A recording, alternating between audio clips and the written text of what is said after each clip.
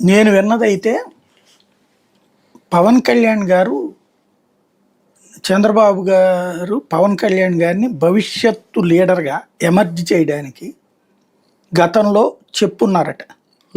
మీరు కొత్తగా రాజకీయాలకు వచ్చున్నారు, మీరు వెల్ సెటిల్డ్ అవ్వాలి, కొన్ని విషయాలు అడ్మినిస్ట్రేషన్ విషయాలు మనం తరచూ మాట్లాడుకుంటుంటే బాగుంటుంది, మీకు అర్థమవుతుంది, ఎక్స్పీరియన్స్ వస్తుంది అనేటటువంటి.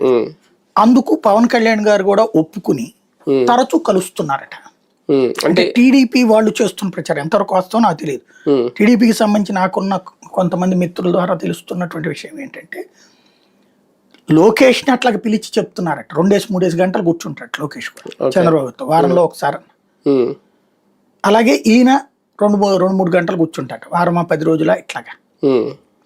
దీంట్లో అప్పటికి ఈ రెగ్యులర్గా జరుగుతున్న యాక్టివిటీస్లో వాళ్ళకి ఎదురయ్యిన అంశాలు, అది ఎలా డీల్ చేయాలన్నది చెప్తున్నారట ఆయన.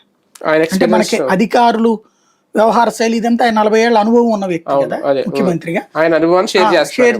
అనుభవమే కాదు, ఇలాగ మీరు డీల్ చేయండి అనేది, ఎలా డీల్ చేయాలో నేర్పుతున్నారట.